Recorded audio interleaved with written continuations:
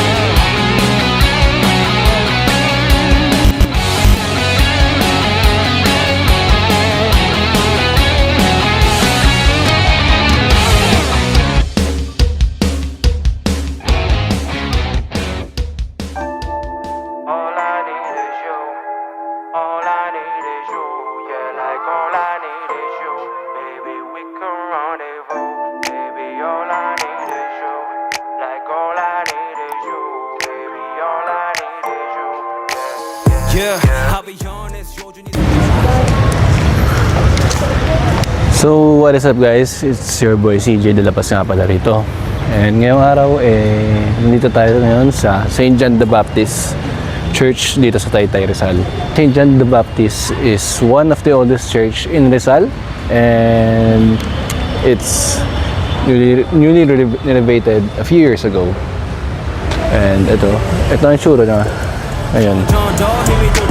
About our products all John 거저 친구 사이로 I know I told you we could be there 1, 2, 3 I ain't never offended if you left like that 있으면 우린 싸울 텐데 Staying up at night is a 보이기에 I don't really miss you Talking like we're friends oh 지난 척해 Like a game Since nagsimula tayo dito sa simbahan ng Taytay, bakit hindi nyo pa samahan libutin ng iba't ibang mga pasyalan dito sa Taytay Rizal?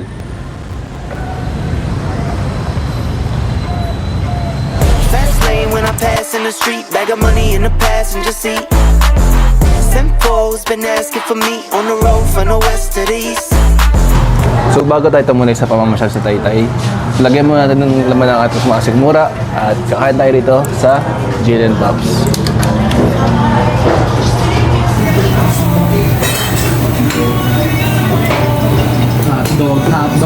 So yun guys, dumating na yung order natin na skinless longganisa. Ang Jill & Pops ay located dito sa Rizal Avenue. Dito yan, malapit sa may Kalayaan Park. And ito yung order natin. Dalawang itlog. Longganisa. Longgadog.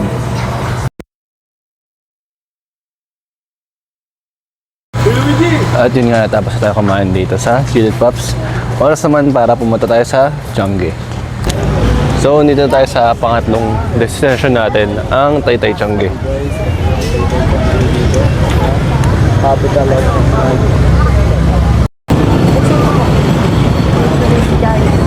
This guys, your Taytay Changi. Mura lang po, bagsak presyo na. Ang mga paninda rito, usually ito yung mga pinapadala rin doon sa Divisoria, sa Baclaran. And by the way guys, kilala ang Taytay bilang garments capital of the Philippines. Dahil nga, ayan, sa kanilang produktong mga damit, shorts, pantalon, at mga iba't ibang kasuotan na makikita nyo rin dito sa Changi.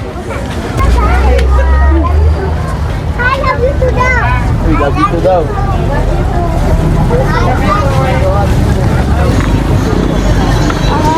So, kung makikita nyo naman guys is marami ng mga tao na namimili para sa pangregalo sa Pasko or kung ano mang okasyon na trip nila. Dahil nga mura yung mga paninda rito sa Changi. Ayan. May mga pambata, may mga pambinata at bidaga, may mga pangmatatanda rin. May mga damit dito sa Changi. Marami talagang pagpipilian. Hindi lang isa or dalawa. Marami kayong options dito sa paligid.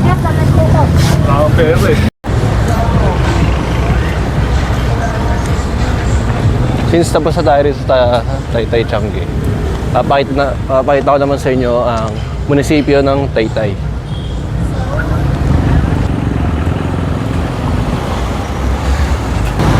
Ngayon nga, dito na tayo sa munisipyo ng Taytay. Dito makikita ang iba't ibang opisina ng mga nakahalal sa ating pwesto. Nandito yung Office of the Mayor, Office of Vice Mayor, at dito rin nagbabayad ng mga amilyar at mga taga-Taytay. And located din dito ang office ng Head of Tourism ng Taytay. Ayan. Originally, located itong munisipyo ng Taytay sa May Bayan, yung malapit lang sa May St. John. And yung lumang munisipyo na yun is naging hospital lang ngayon. Pero ito yung munisipyo, bagong munisipyo ng Taytay. Since tapos na nga tayo dito sa munisipyo ng Taytay Rizal, papakita ko naman sa inyo ang Taytay Sports Complex, which is bagong gawa lang to.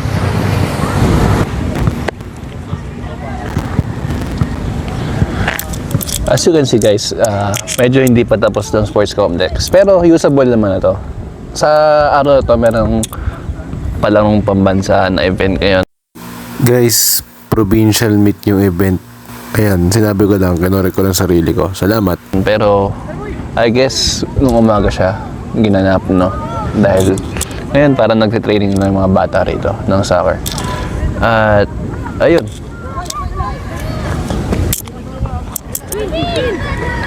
makita na naman, no? Malaki yung sports complex. Meron diyang mga for the audience.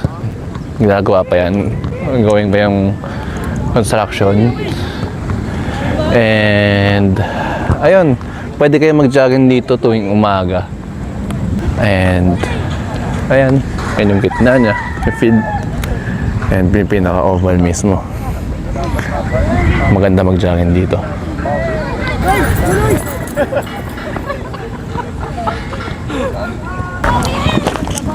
So, ito na yung sports complex, ang last destination natin. And yung mga lugar na pinakita ko sa inyo kanina, ilan lang yan sa mga pwede ng pasyalan dito sa Taytay. Pero may mga iba pang pasyalan dito. Hindi lang yun, ilan lang muna pinakita ko sa inyo sa ngayon. Pero abangan nyo sa mga susunod na vlogs ang mga iba't iba pang destination dito sa Taytay Rizal. And ayun, sana nag-enjoy kayo sa pagsama sa akin sa vlog na ito. At kung nag-enjoy kayo, please consider subscribing to my channel and hit na rin ng notification bell para every time na mag-upload ako is mana-notify kayo agad. And other than that, it's been your boy CJ and I'm out. Peace. Yeah, I've been wanting this shit forever. I've been in the field with whatever they throw at me. Brush it off, pick myself up, moving on to the better.